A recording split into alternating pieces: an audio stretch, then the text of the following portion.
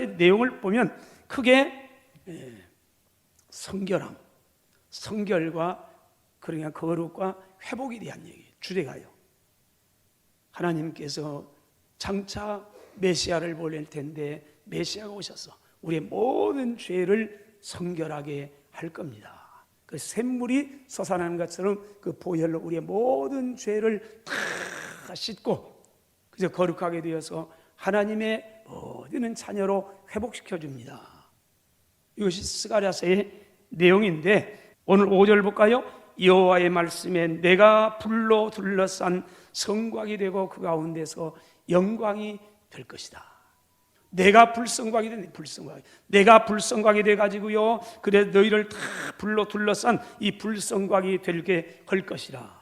근데 이 말씀을 이 환상을 보는 사람이 누구예요? 1절입니다. 이렇게 말합니다. 내가 또 눈을 들어 본즉.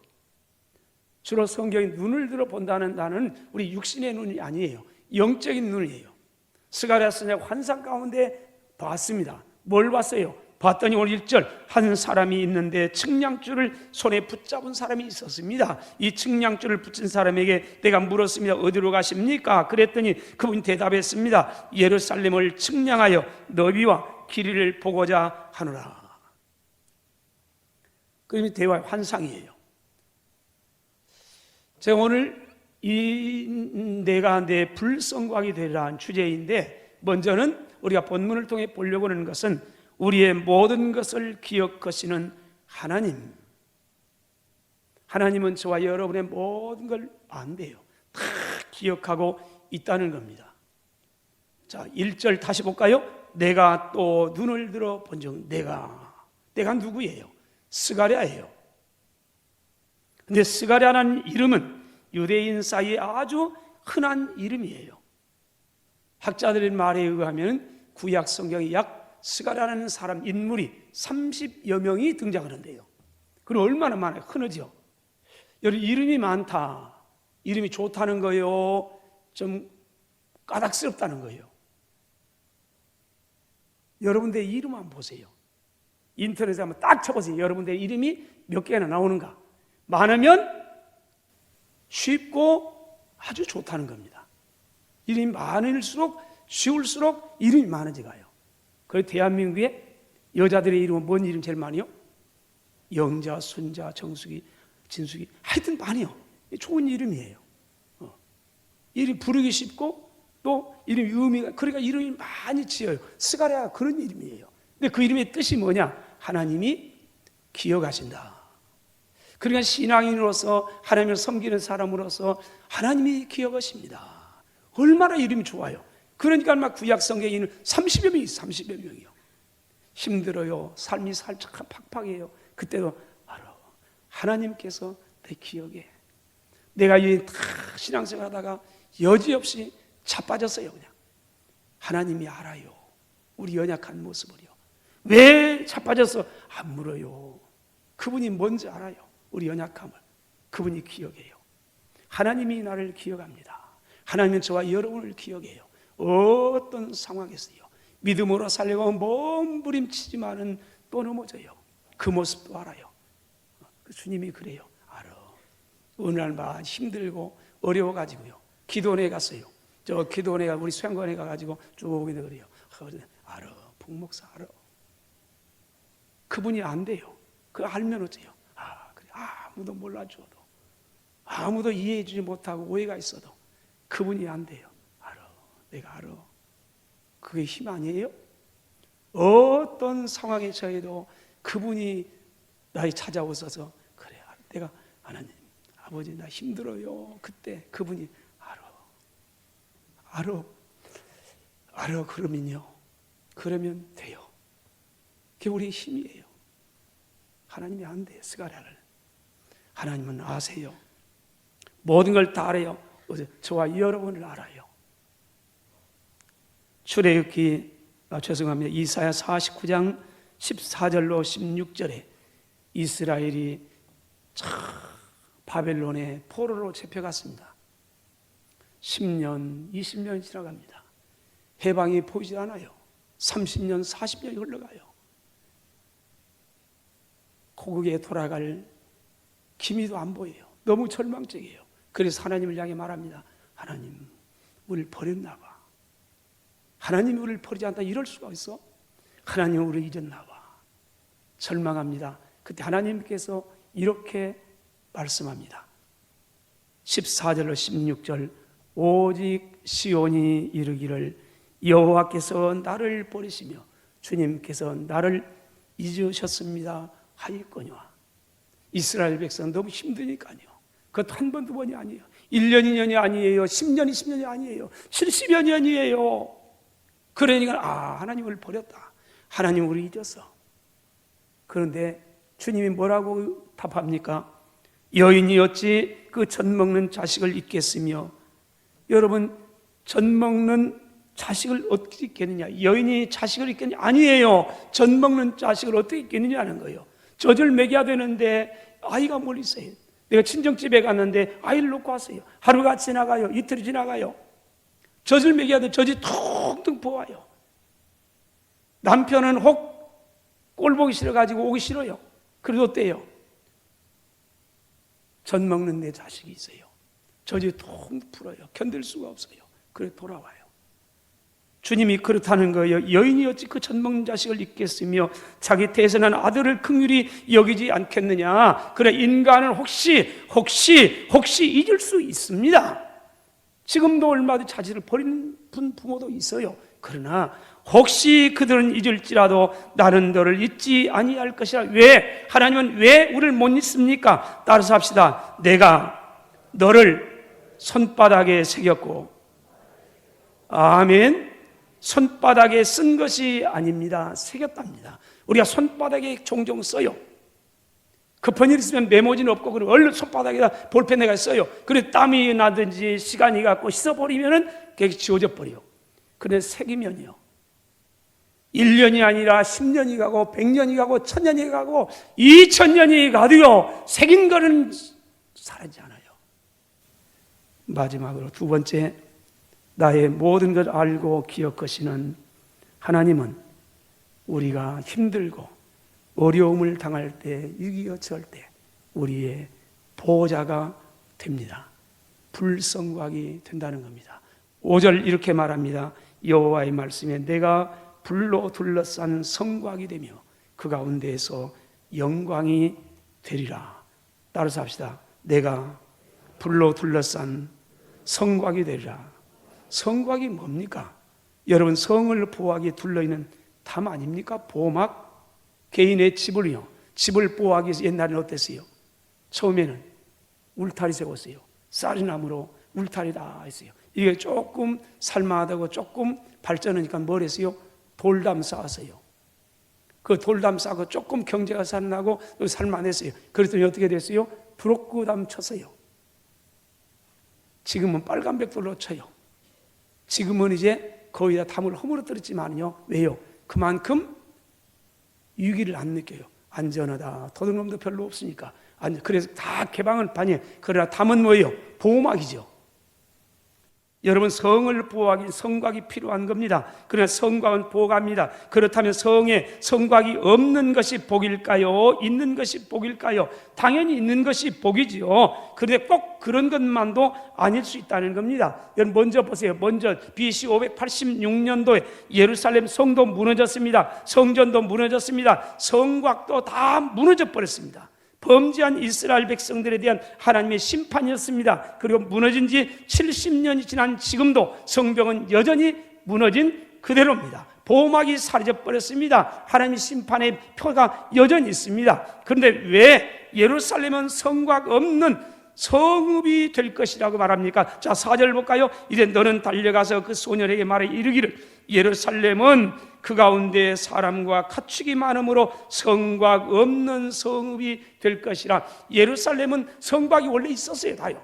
근데 심판받아 죄 범죄하니까 흩어버려서 하나님께서요. 그래서 다 무너져가고 잡혀가고 망했어요. 근데 하나님께서 다시 그 성곽을 보면서요 내가 이 성읍을 다 이 사람과 가축이 많기 때문에 성곽 없는 성읍으로 만들 것이다. 성곽이 없대요. 성곽 없는 성을 만든대요. 예루살렘 성이 있는데 성곽을 없애버린대요.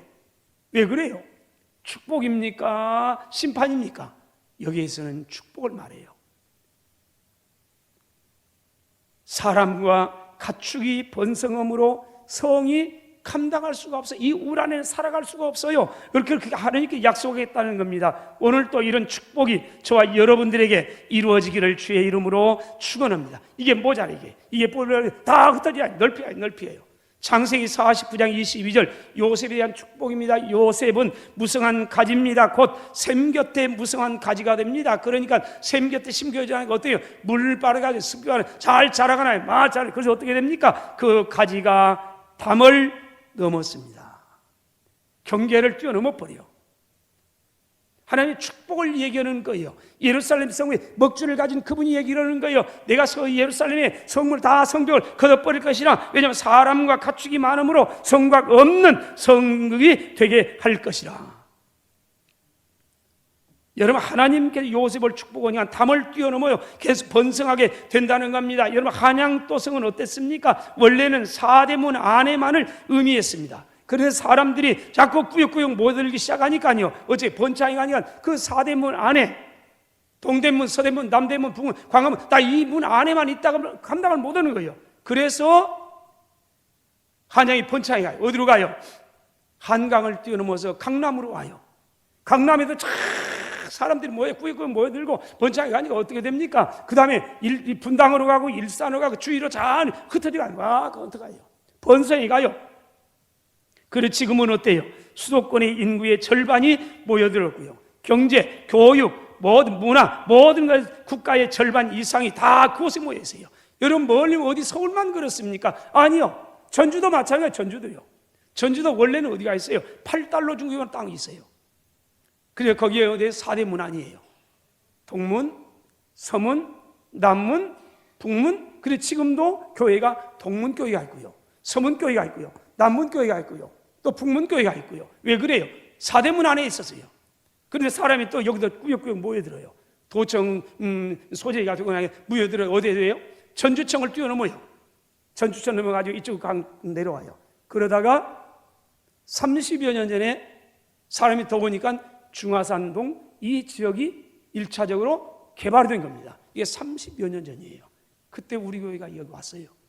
그때 개발되고 처음이에요. 그래서 제가 한때는 이 지역에 음식점 다니면서 인사했어요. 인사하면 제가 중화산동 터줏대감입니다. 그러더니 머리 벙벙하고 뭔 소리요? 그래요. 내가 우리 여기 개발해놓고 우리 교회가 처음 왔습니다.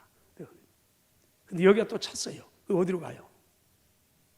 서부 신시가지로 갔어요. 거기가 개발됐어요. 서부 신시가지가 꽉 차가요. 그리고 어디로 갔어요? 혁신도시로 갔어요. 사람이 많아지니까 점점 번창하게 가니까 하나님께서 그 얘기예요. 예루살렘이 지금은 황폐해졌고 다 이러지만은 내가 장차 너희로 하여금 이 성을 축복해서 사람이 많아지고 가축이 많아지고 이 성읍은 도저히 감당할 수가 없어서 그래 내가 이 성읍에 있는 성곽을 다 무너뜨리고 번창해 가게 될 것이다. 이 약속은 장차 그리스도를 통해 이루어질 영적 예루살렘 번성을 말씀하고 있는 겁니다. 주님이 그러기 위해서 오셨습니다. 요한복음 10장 10절이에요. 도둑이 오는 건 도둑질하고 죽이고 멸망시키는 것뿐입니다. 그러나 내가 온 건 양으로 생명을 얻게 하고 더 풍성히 얻게 하려는 것입니다. 여러분, 예수님이 오신 목적이 있어요. 저와 여러분의 풍성함을 주려고요.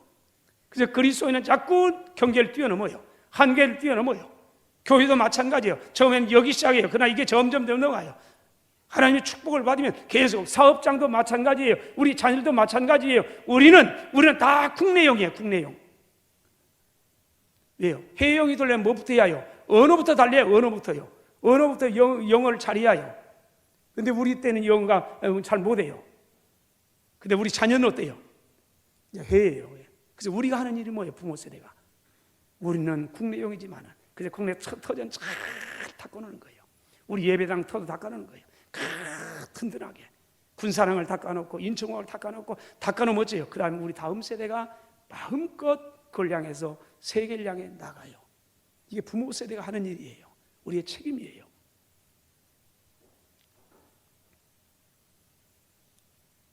둘째로 보이는 성곽은 무너뜨려졌지만 대신 하나님께서 불성곽이 되시겠다고 약속하고 있습니다. 여호와의 말씀에 내가 불로 둘러싼 성곽이 될 것이라. 여러분, 이스라엘 백성이 출애굽을 해서 광야에 40여 년 동안 방황할 때 하나님께서는 그들을 불땀으로 구름땀으로요. 낮에는 너무 더우니까 우리가 흔히 말하는 구름 기둥이라 그랬어요. 구름 기둥은 우리가 이해하기 어렵지만 담이에요, 담. 구름으로 딱 가려요. 그럼 멀리서 보면요, 태양을 딱 가리면 멀리서 보면 줄기가 쫙 있어요. 기둥처럼 쫙 세워져요. 그 밑에는 구름이에요, 구름. 근데 양쪽에는 태양이 이글이글해요. 이게 구름 기둥이에요. 그 안에만 가면 시원해요. 너무 더우니까 하나님이 딱 시원하게 해줘요. 밤에는요, 불땀으로요. 불땀으로 따뜻하게 해요. 왜요? 그러면 얼어 죽으니까요. 사막에서 얼어 죽어요. 열대지방에 얼어 죽어요. 너무 추우니까요. 그러니까 하나님께서 불땀을 딱 해서 따뜻하게 해요. 또 그뿐만이 아니에요. 적들이 침범하지 못하도록 그렇게 불땀으로 딱 해줘요. 들짐승이 침입하지 못하도록 불땀으로 딱 지켜주세요. 그런 평안히 잠을 자요. 스가랴 당시에 사람들이 하나님께 묻습니다. 성곽이 없으면 불안을 어떻게 삽니까? 오늘 4절에서 하나님께 달려간 손에 말하 이르기를 예루살렘 성은 그 가운데 사람 가축이 많으므로 성곽 없는 성읍이 될 것이라. 성곽 없는 성읍이 될 것이라. 그랬더니 스가랴 사람이 당시 사람들 묻는 거예요. 아니 그러면 우리가 불안해서 어떻게 삽니까? 성곽 없으면. 주님 말씀했습니다. 내가 불성곽이 되어 주리라. 오늘 저와 여러분들은 하나님을 향해 묻습니다. 이거 돈 없으면 어떻게 삽니까? 주님이 대답합니다. 내가 돈이 되어줄 것이다. 아니 하나님, 힘이 없으면 어떻게 삽니까? 걱정하지 마라. 내가 너의 힘이 되어줄 것이다. 여러분, 그걸 오늘 또 우리가 오늘 자꾸 하나님을 향해서 이것도 없는데요, 저것도 없는데, 근데 그때마다 대답이 하나님이 그래요. 내가 이렇게 해야만, 이렇게 해야만, 이렇게 하면 불성곽, 이거 하나님 성이 무너져 버리면, 성곽이 무너져 버리면 우리 어떻게 살아요? 그랬더니요, 내가 불성곽이 되마 걱정하지 말아라. 그 말 아닙니까? 위험과 두려움이 가득한 광야 같은 인생길에서 주님께서 저와 여러분을 향해 내가 불성곽이 되리라. 열왕기하 6장에 보면 엘리사 시대에 아람 나라가 이스라엘 쳐들어왔습니다. 아침에 와 보니까요, 나가보니까 아람 나라의 군사와 말과 병거가 성읍을 에워쌌습니다. 풍전투가와 같습니다. 백성들뿐만 아니라 심지어는 하나님의 종 엘리사의 사환인 게하스 두려움에 벌벌 떨면서 난리 났습니다. 우리 끝장났습니다. 이 성은 큰일 났습니다. 그 두려움에 벌벌 떱니다. 엘리사가 이렇게 기도합니다. 17절 기도하여 이르되 여호와여 원하건대 그의 눈을 열어서 보게 해주시옵소서 했더니 하나님께서 그 청년의 눈을 여심해 그가 보니 불말과 불병거가 산에 가득하여 엘리사를 둘렀더라. 그렇습니다. 하나님께서는 자기 백성들을 어떤 위험에서도 지켜줍니다. 그런데 눈이 열리지 않으니까, 우리 영적인 눈이 열리지 않으니까 하나님께 나를 지키고 보호한 불말과 불병거가 보이지 않아요. 세상의 병거와 이 세상의 말과 세상의 힘, 우리를 위협하는 이것만 보이는 거예요. 그러니까 아이고 우리 망했네, 우리 인생 끝장났어요. 그러면 하나님을 향해, 하나님 뭐래요? 눈을 열라, 봐라. 내가 너를 위해서 이미 준비해놓은 불말과 불병거가 다 있다.